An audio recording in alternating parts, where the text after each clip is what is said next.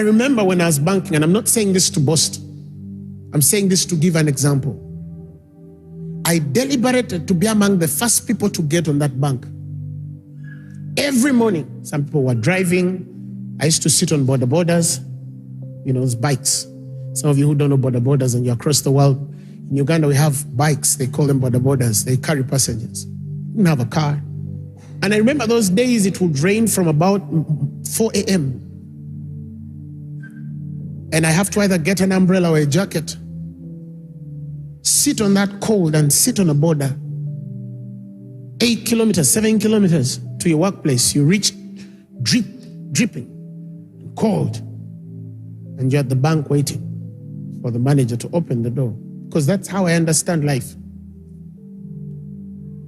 Then one day my manager calls me in the side.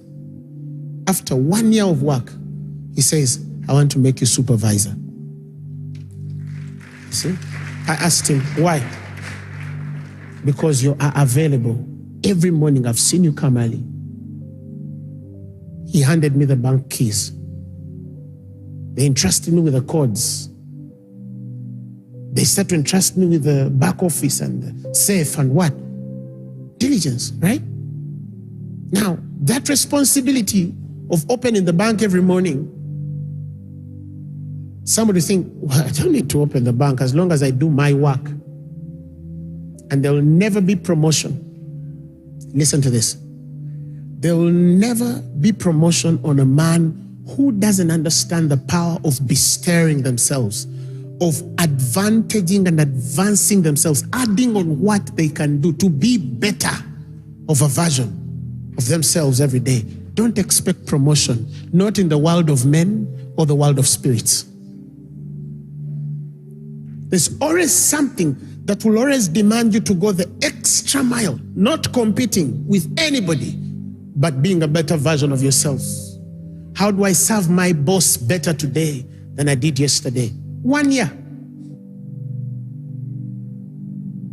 Another person comes just to do accounts in the bank. He came just to make a transaction, and I served him while I was still supervisor.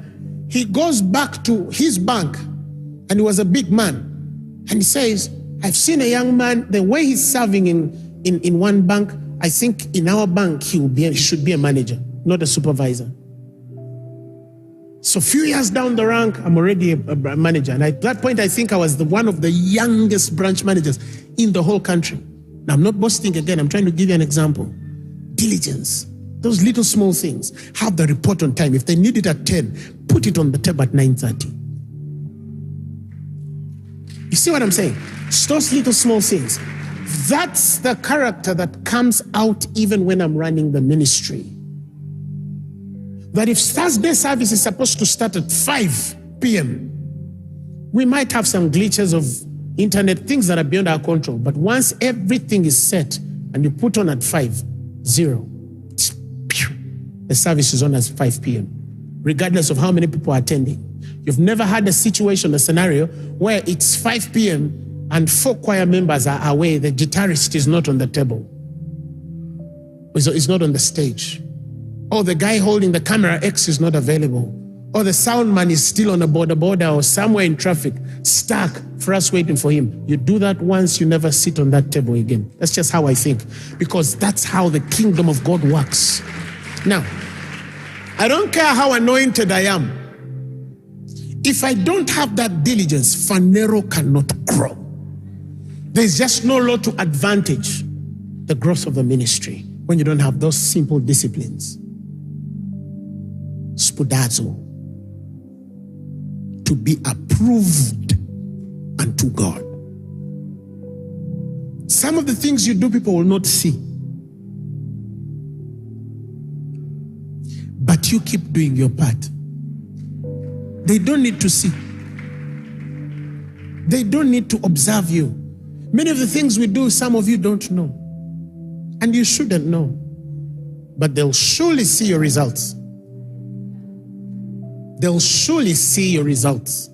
That this woman, this man is doing something right. We might not point at it, but there's something right she's doing.